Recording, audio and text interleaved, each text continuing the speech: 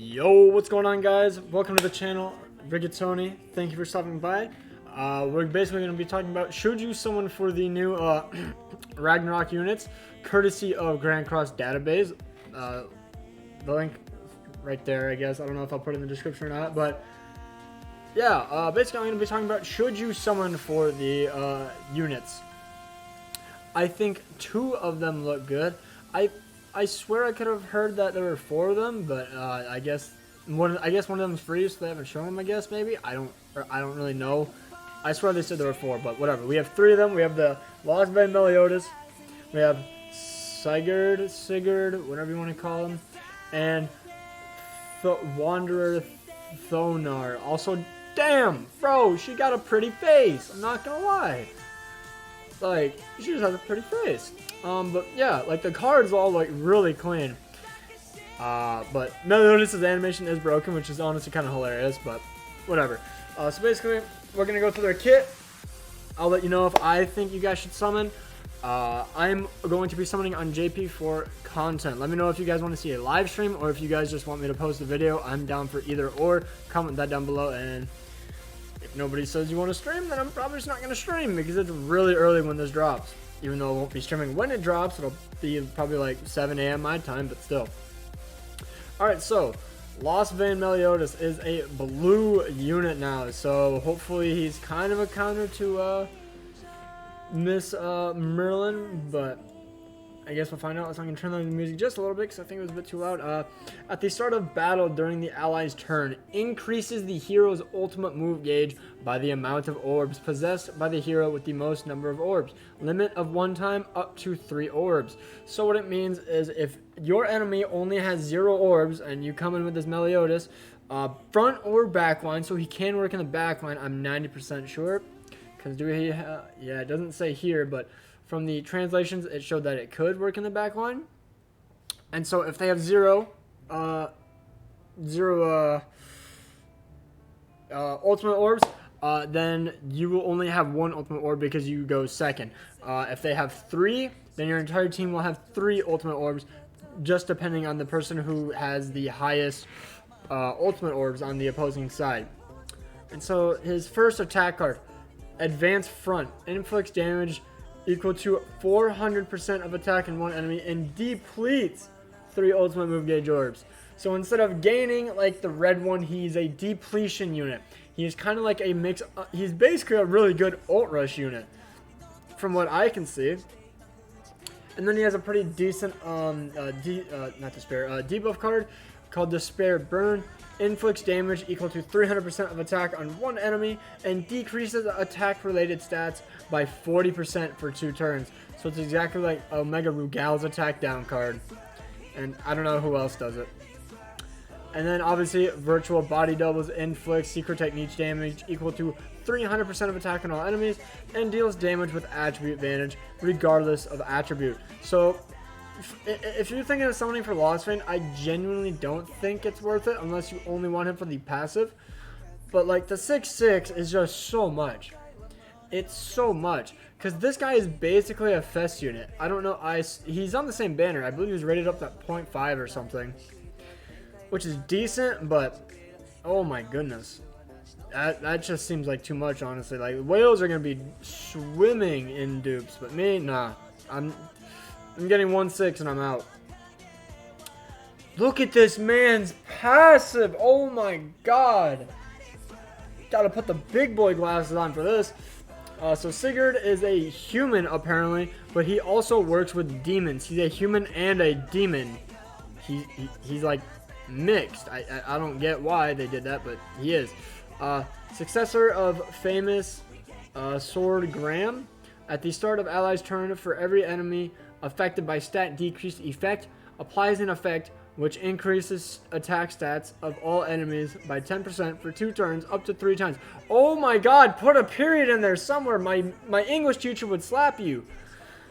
Oh, I have to breathe. In addition, the hero is also of demon race, affected by uniques and commandments, applies when entering battle, excludes deathmatch. I don't understand why they always put exclude deathmatch. I hate that. I think it's stupid. So his entire passive does not work in deathmatch, I assume. Maybe only the bottom part is. I don't know. So yeah, very, very good passive in my opinion. But since it is only attack stats, is this attack related stat or just literally just attack? I don't know because it says attack stat. I don't know if that means attack related stats or what. I guess we'll have to find out eventually. But if it's attack related stats, that's pretty good. People were thinking it was all stats like HP, defense, all of that. But it is not. So he's not good on the Bond team. I saw some people saying he could be good on Bond team, but he is not. Looks like he won't work at all. Unless this is a rough translation as well. And it's actually just all stats, but I don't know. He's probably the only good one out of it. Like, Lost Vein is kind of like a... I don't know. He looks alright. He's kind of just an ult rush unit. But it's also... Since ult rush is kind of dead, you don't really get the full benefit of his passive unless the next festival unit is a really heavy ult level boss or something. Like, kind of like the OG Lost Vein and stuff where you wanted to run Merlin with him and all that. I don't know.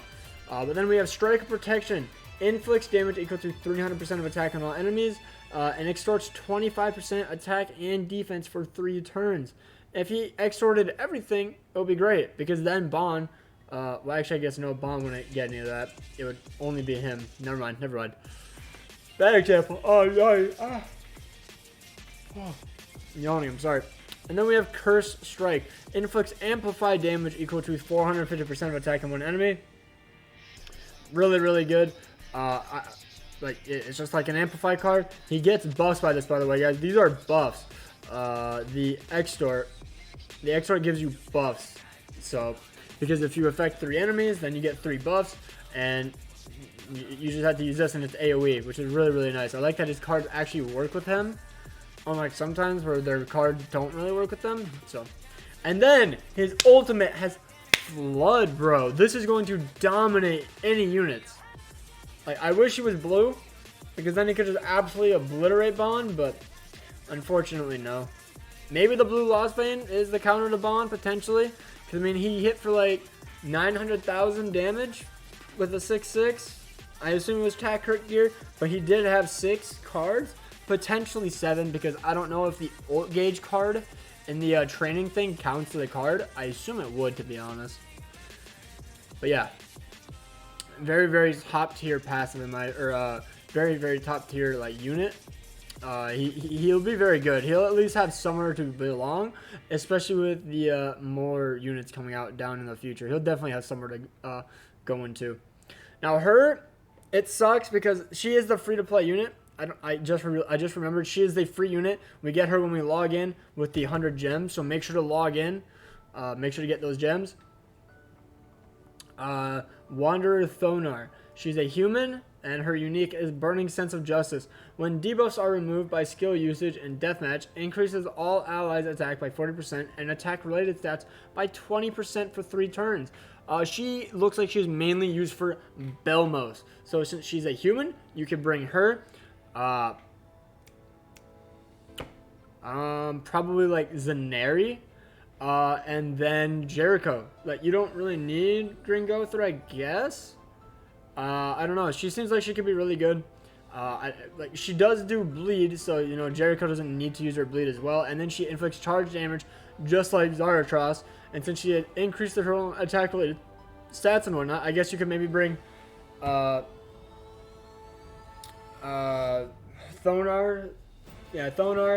Zaneri, or Green Liz, and maybe Hellbrum. Like, one person brings Hellbrum, one person brings the rank up unit, Liz. You know, basically the same thing, but you bring her. I don't know. She could work, but I have no idea. So her first card, Condemnation of Light. Inflicts damage equal to 190% of attack on all enemies and makes targets bleed for 2 turns. So, it's a pretty good card, but, you know, it's just a basic bleed card, it seems. Alright. And then her other card, Meat Bullet Assault. Inflicts charge damage equal to 500% of attack on one enemy. So, a lot of damage. Charged, ignores defense. Badink, massive damage. Her ult looks really cool as well. Realization of Justice inflicts weak point damage equal to 385% of attack on one enemy. And that's at 1 out of 6. So this can absolutely pop off. Especially because it's a weak point card and she has her own bleed card. So, you know, she could do a lot of damage. So yeah, that is the units kits. If I had to rank them from what I saw, in all honesty, I would probably put Sigurd at top, Lostvayne second, and then her at the bottom. Like, she could be good, but, you know, we don't know yet. Maybe put her on, like, the crit team. Imagine, bro. Because it doesn't say it only works in deathmatch. No, it is. Why, bro? Give us secondary passives. Or literally just make it, oh, in PvP, it's an extra 20% damage and an extra 10% attack-related stats. Something, bro. Like, whatever. Alright, so I'm going to cut to the banner. The banner that we're going to be getting, and I'll be right back. Alright, ladies and gentlemen, we're back. And also, I pointed this out in my video that's going to be coming out tomorrow, but I'm going to do it now since I know I'm going to be posting this today. Follow my Twitter, join the Discord. The new link is relabeled. It is called Rigatoni Loyals. And then the OG server, which I will always keep in there because the OG server helped me grow to this extent. Boar Hat Tavern, go hang out in that Discord if you would like. And then I also have a second channel called Rigatoni Gaming. So if you guys are interested in that, I have like 2 videos on there right now. One's like a reaction video, really weird video. And then another one is a Siege compilation. It's like a PG, not PG, it's like a rated M channel basically. It's just for fun. I don't really care what I do on it. 1 to 2 times a week I'll try to upload, but yeah. Alright, so we'll get to this. So it looks like Lostvayne, Sigurd, and Thonar are at 0.5%. And then the rest of the units are really just meh. Like there's Derriere. I wish I knew which one this was. I believe since it's elite, that means they are in the coin shop. So that means that this is the green Derriere, I believe. It does have Tarmiel and it does have Sariel. I would love to get a Tarmiel on global, but I'm not summoning. I'll get the free ticket and that's it. Hopefully I get a Tarmiel. I'm not summoning on the Bond banner at all. I'm done summoning up until the banner after this thing. I don't want to summon, in all honesty, even if they're meta. Like, I will be summoning on JP, but not global. Yeah, like there's Infinity Great Mage Merlin. I don't even know which one that is. I think it's the blue one, maybe. Harlequin, that's red. I just know that. I don't know why. Sunshine, I believe this is green. I could be wrong, but whatever. And then blue Demon Meliodas, I think. I can't remember all of these, man. I wish it would just say blue Zeldris. Like, it's so easy. 10 Commandments Esterosa, so red Esterosa, blue Droll. That's actually, like, a pretty good one. And then green Arthur. So it's a very mid-tier banner. I wouldn't say it's horrible because, you know, some people do still need these units. But, like, 70% of them don't have a singular use in the entire game.